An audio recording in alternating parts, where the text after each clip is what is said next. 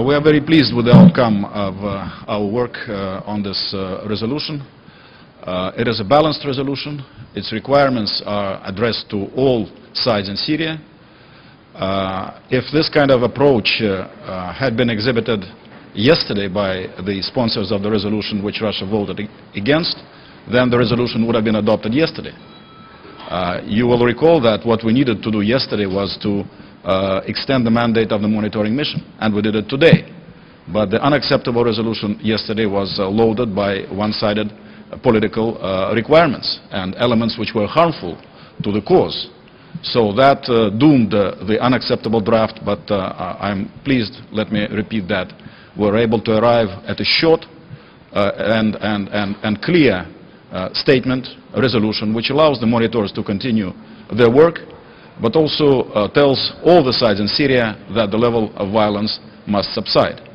Let me tell you that we think in terms of the continuation of the work of the monitoring mission. We believe that its functions are very important. We believe that we need objective information from Syria about what is going on there, and we believe that the monitoring mission can play a role in reducing the level of violence if other ingredients are also there. Let me tell you also that I was somewhat surprised to hear Ambassador Rice's definition or description of this resolution as something which provides for an orderly withdrawal of the mission. This is not a resolution about withdrawal, it's a resolution about continuation of the activity of the mission.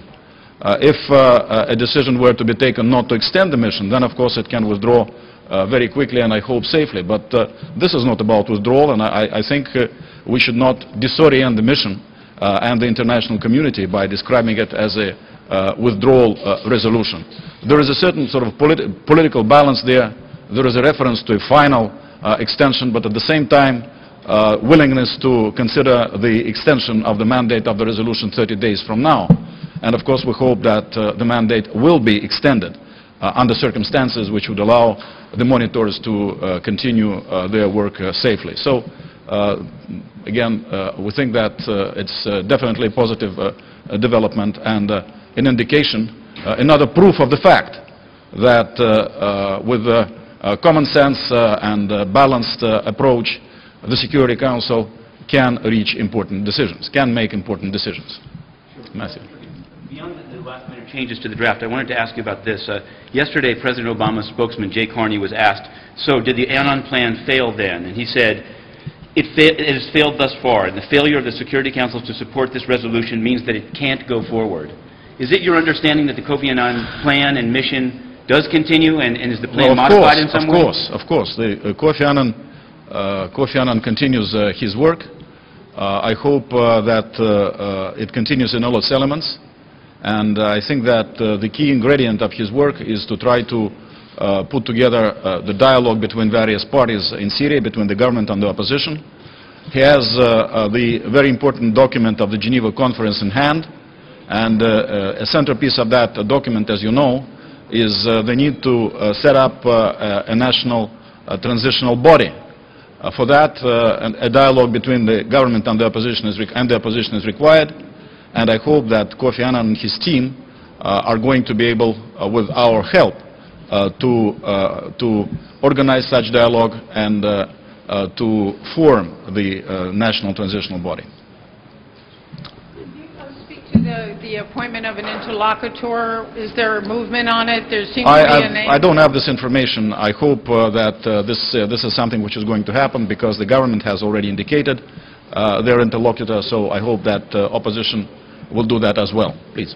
Ambassador, thank you. There seems to be an underlying tone ever since the passage of the first UNSMIS resolution that the Syrian government must account for all of the violence on the ground in Syria, and that was even mentioned by a couple of your predecessors on the microphone just before. Are you happy with the way that the violence in Syria is being credited to whoever's responsible for it, or is the Syrian government... Everybody must be accountable to violence, and all those messages in previously adopted Security Council resolutions speak about violence from both sides and violations of international humanitarian law, etc., etc. So those messages definitely are directed both to the government and the opposition. All those who commit atrocities must be held accountable. reports that President Assad has actually fled Damascus. I don't know anything about it. I'm sorry. I don't know anything about it. If the violence and the intensity of the violence turns into something in which Assad really is in I don't answer if questions. I'm sorry. I don't answer if questions. How far is Russia prepared to go to ensure the safety of Assad, ensure some sort of way out of where this is heading right now? I don't answer if questions. I'm sorry. It's too hypothetical, and please. And President Assad is not our responsibility. Just be sure, make it clear. You have mentioned that this resolution is for the continuation. So how do you evaluate this resolution? Clearly mentioned that this is going to be final 30 days, right? Well, this is something which some members of the Security Council wanted as a political signal. And in fact, we did criticize a definite contradiction in the resolution because it says final, but at the same time says that the Council, in third paragraph, says that the Council is going to be willing to consider a renewal of this resolution. So, well, they were explaining to put some sort of pressure on the sides, so if they really want the monitors to continue, then they need to cut back the level of violence. Well, if they wanted to make that signal, we didn't want this particular thing to stand in the way of the adoption of this resolution, even though I believe that it's really contradictory. We tend to emphasize the continuation part. Of course, we also believe that, as the resolution says, the level of violence must be reduced on all sides, and we hope this is going to happen. The opposition forces in Damascus have started attacking minorities and non-Syrians like Iraqis and Afghans. How do you perceive such news? Well, this is a major concern. This is a major concern to us.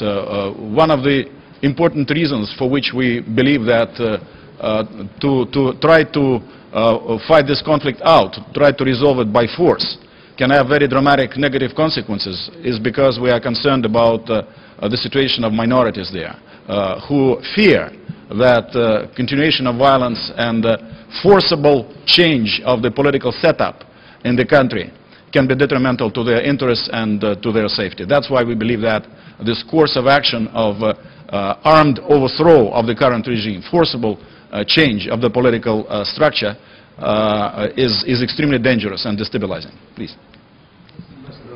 Because you said that this extension is going to give Kofi Annan the chance to continue, do you think that the new meeting for the Friends of Syria is going to disrupt this process? Well, first of all, I'm sorry. Well, first of all, let's not make such a rigid linkage between Kofi Annan and the monitoring mission. Yes, the monitoring mission is important for Kofi Annan's activity. Kofi Annan, like members of the Security Council, we all need to have objective information about the situation on the ground. But there are a lot of things he is doing which do not have anything to do with the monitoring mission. So those are two sort of interrelated but not necessarily rigidly linked elements. So basically I hope that both the monitoring mission can be effective and useful, and Kofi Annan's activity can also be effective in achieving its results. Please. The opposition has hailed the last couple of days as a turning point in the conflict. Do you agree with that view? And if this is the future that Syrians have chosen for themselves, will Russia support that? Well, first of all, I don't want to sort of comment, and people make various statements, make various assessments. I think that the situation is extremely grave, and it needs to change. We believe in the future which is going to be determined by the Syrian people, and we believe that it's in the interest of the Syrian people to determine that future peacefully, because only an outcome which is reached by dialogue can be an outcome which will satisfy all the segments of the Syrian population. Any outcome which is reached by violence, by definition, is fraught with complications for various groups of the Syrian society. I want to ask you really specifically about the changes that were apparently made at the last minute to the UK draft, where they dropped this reference to full implementation of paragraph 2 of Resolution 2043, which seemed to have said, pull military concentrations back from population centers and return troops to barracks. Was this an important thing to Russia? Matthew, the Security Council holds close consultations to keep some secrets, you know. And you want us to give you all the secrets about the works of the Security Council. Then we could invite you to our sessions and, you know, not to answer all your questions, please. Ambassador, the contradictions in this technical extension that you just referred to and referred to yesterday as well, do you see this as a bone of contention 25, 30 days from now? Of what? What bone of contention? Well, the contradiction that you referred to between it possibly No, being a final these are just words. The important thing is that the resolution has been adopted, the mandate has been extended, and we'll see what the situation is going to be towards the end of the mandate. And there may be various arguments about it would be very important what the Secretary General will have to say to the Security Council about his determination of the atmosphere there. Is the environment going to be safe enough for the monitoring mission? Will he believe that the monitoring mission is performing a useful function in Syria in exercising its mandate? And then members of the Security Council will review all this and will make their decision on extension or non-extension of the mandate. Thank you very much.